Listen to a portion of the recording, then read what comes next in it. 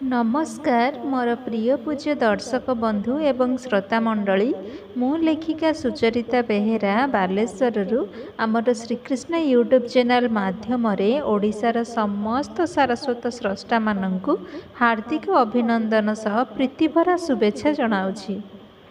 प्रत्येक मनुष्य निज जीवन में सफलता प्राप्त करने निजर अंतर आत्मा को शुद्ध करने एवं सद्गुण एवं सद्भावना निजक स्थानांतरित कर निजर ईप्सित लक्ष्य को प्राप्त करने निमंते निजर आत्मजागरण करी ईश्वर प्रति दृढ़ आस्था एवं विश्वास रखी तांक निकटरे निजक समर्पण करी कर्म करिले यह निश्चित रूपे सफलता प्राप्त करिबारे सर्वदा सहायक होइथाए। एही परिप्रेक्षी रे मोर स्वरचित कविता आत्मजागरण परिवेषण करुअछि।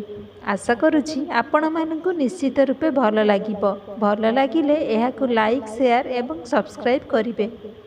मोर स्वरचित कविता आत्मजागरण। सात्विक चित्तरे निष्काम कर्मरे संस्कार पथरे थाई कर्मरे विश्वास स्थित प्रज्ञ हेले आत्मजागृत हुई।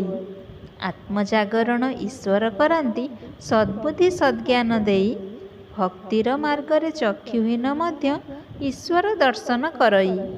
सफलता कर्मे साहस बढ़ाए आत्मा ऐश्वरिक दृढ़े ऐश्वरिक शक्ति हृदय प्राण भरे आत्म मनोबल बढ़े। ईश्वर विश्वासे कर्म करिगले ऐश्वरिक कृपा लभे। सुचिंतित कर्म सर्वसिद्धि लगी निवृत्ति कष्ट सर्वे। जागृत आत्मार दिव्य चेतनारे संसार आलोकमय आत्मज्ञान सह आशीर्वाद नेले विजय विशालकाय। आत्मज्ञान सह आशीर्वाद नेले विजय विशालकाय।